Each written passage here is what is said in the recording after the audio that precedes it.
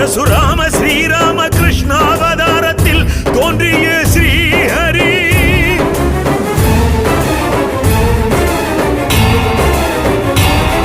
அவதார குண அவதார மூர்த்தியாய் சாட்சாத்கரனாய் தரிசனம் தாரும் ஐயா.